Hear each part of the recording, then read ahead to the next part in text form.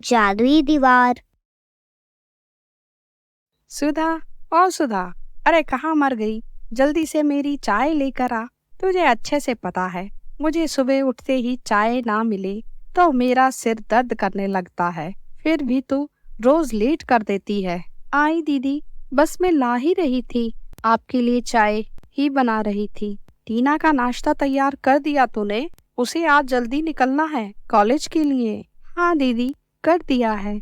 मुझे शालू ने कल रात को ही बता दिया था कि कॉलेज में कुछ प्रोग्राम है और सभी को टाइम से पहले जाना है। ठीक है, जल्दी जा, बाकी का काम कर। तेरे भैया को भी ऑफिस जाना है, उनका भी लंच पैक कर देना। सुधा ममता की देवरानी थी। उसके पति का देहांत उसकी शादी के कुछ ही समय बाद हो गया था। सुधा और उसकी बेटी शालू इन्हीं लोगों के सहारे अपनी जिंदगी बिता रहे थे। यही वजह थी कि ममता सुधा और उसकी बेटी को बिल्कुल भी पसंद नहीं करती थी और उनके साथ नौकरों जैसा व्यवहार करती थी। माँ, ये ताई जी हमेशा तुमसे ऐसे ही बात क्यों करती हैं?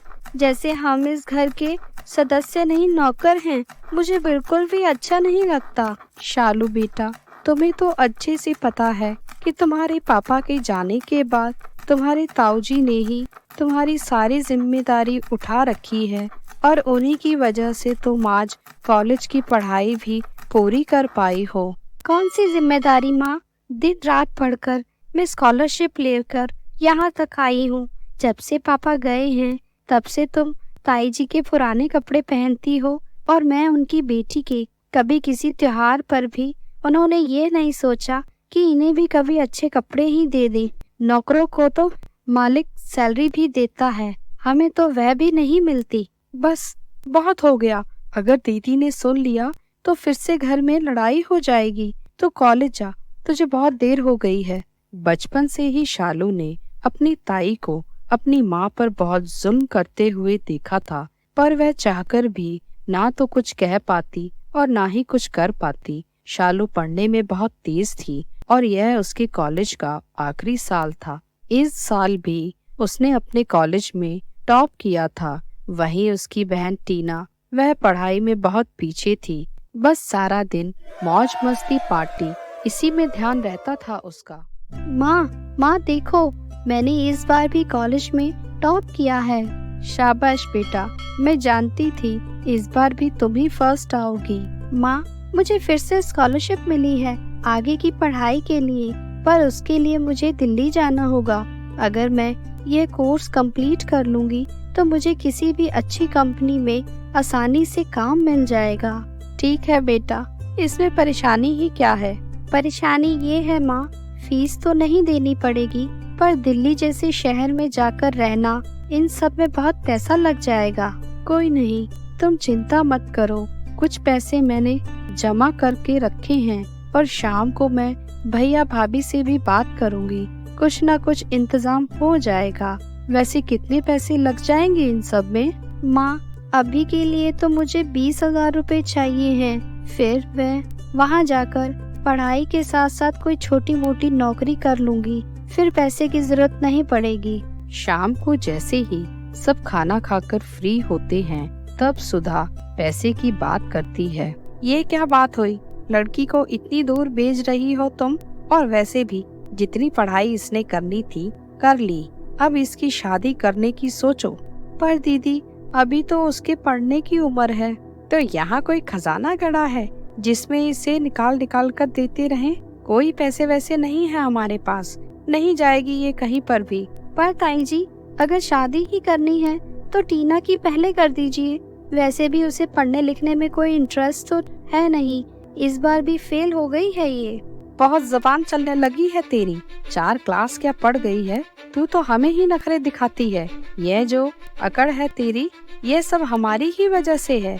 तुझे और तेरी माँ को इतने सालों से पाल रहे हैं और तू हमें ही बातें सुनाती है। ये कैसी बातें कर रही हो ममता? ये भी मेरी बेटी टीना की तरह ही है। कोई एहसान नहीं करा है मैंने इस पर ये लोग ये सब नहीं समझते। 2 बेटियां हैं इस घर में, उनकी शादी कैसे करेंगे हम? इसी तरह घर में बात बहुत बढ़ गई यहाँ तक कि ममता ने सुधा और शालू को घर से निकल जाने तक के लिए कह दिया। अरे दीदी, ऐसा मत कहिए, हम कहाँ जाएंगे? आप लोगों के अलावा हमारा है ही कौन? माँ, तुम्हें इस घर में रहना है तो रहो, मैं नहीं रह सकती, मैं जा रही हूँ। बात रही पैसों की, तो किसी से उधार भी लेंगे तो मेहनत करके वापस लौटा देंगे। इस तरह शालू रोते हुए घर छोड़कर चली जाती है और चलते चलते एक पुराने टूटे हुए मकान के पास जाकर बैठ जाती है और रोते रोते अचानक से एक दीवार पर उसका हाथ लग जाता है। तभी उसे वहाँ एक आवाज सुनाई देती है। क्या हुआ शालू, तुम क्यों रो रही हो बेटा? तुम्हें क्या कष्ट है बेटा? कौन है? कौन पूछ रहा है ये सब? तुम इधर उधर क्या देख रही हो?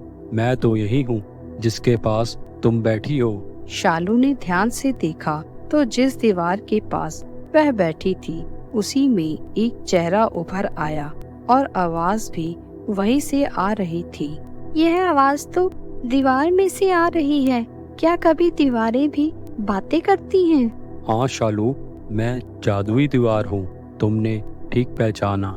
बहुत समय पहले यहाँ एक बहुत बड़ा महल हुआ करता था और राजा ने उसकी दीवारें मंत्रों द्वारा जागृत की थी। समय बीत गया, ना राजा रहे ना राज, पर मैं आज भी यही हूँ। तुम बताओ, हो सकता है मैं तुम्हारी कुछ मदद कर दूं? दीवार के पूछने पर शालू ने उसे अपनी सारी परेशानी बता दी। यह जानकर दीवार ने उसे एक राज बताया। शालू, दीवार में जो बड़ा सा छेद तुम्हें नजर आ रहा है उसमें एक गुप्त खजाना है। तुम उसे ले जाओ, यह तुम्हारी हर प्रकार से सहायता करेगा। शालू ने जैसे ही उस छेद में देखा तो उसे वहाँ एक थैली मिली। वह सोने की मोहरों से भरी हुई थी। शालू ने उस जादुई दीवार को धन्यवाद दिया अपनी मदद के लिए और अगले ही दिन शालू और उसकी माँ ने वह घर छोड़ दिया। शालू अपनी माँ को अपने साथ लेकर दिल्ली चली गई अपनी आगे की पढ़ाई के लिए। ऐसे ही और मजेदार वीडियोस देखने के लिए लाइक, कमेंट, शेयर और सब्सक्राइब करें हमारे चैनल को। Thank you.